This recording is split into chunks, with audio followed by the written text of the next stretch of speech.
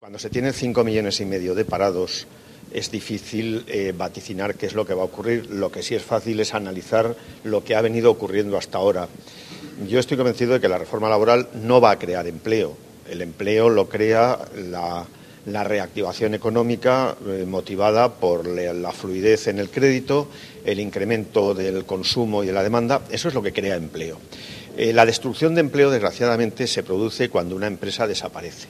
Y hasta ahora han desaparecido muchas, con la reforma laboral o sin la reforma laboral. Esta reforma, sus efectos beneficiosos, se va a notar en 3 o 4 años. En 3 o 4 años. No hay ninguna medida de tipo económico que tenga carácter retroactivo. Luego, para ver lo que supone esta reforma, habrá que esperar 3 o 4 años. Los empresarios no queremos despedir. Qué manía con que queremos despedir.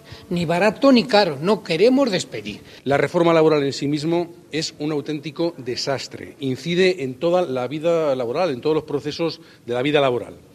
En lo que es la entrada en el mercado de trabajo, la contratación no eliminan ni un solo contrato temporal, como habían dicho. Decían que había exceso de contratos, no eliminan contratos temporales.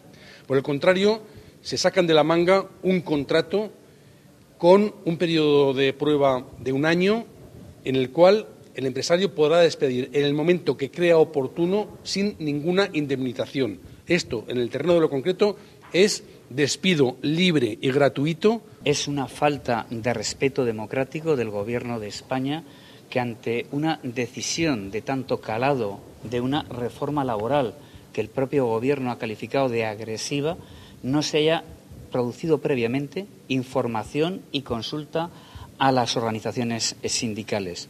Revela un talante escasamente democrático.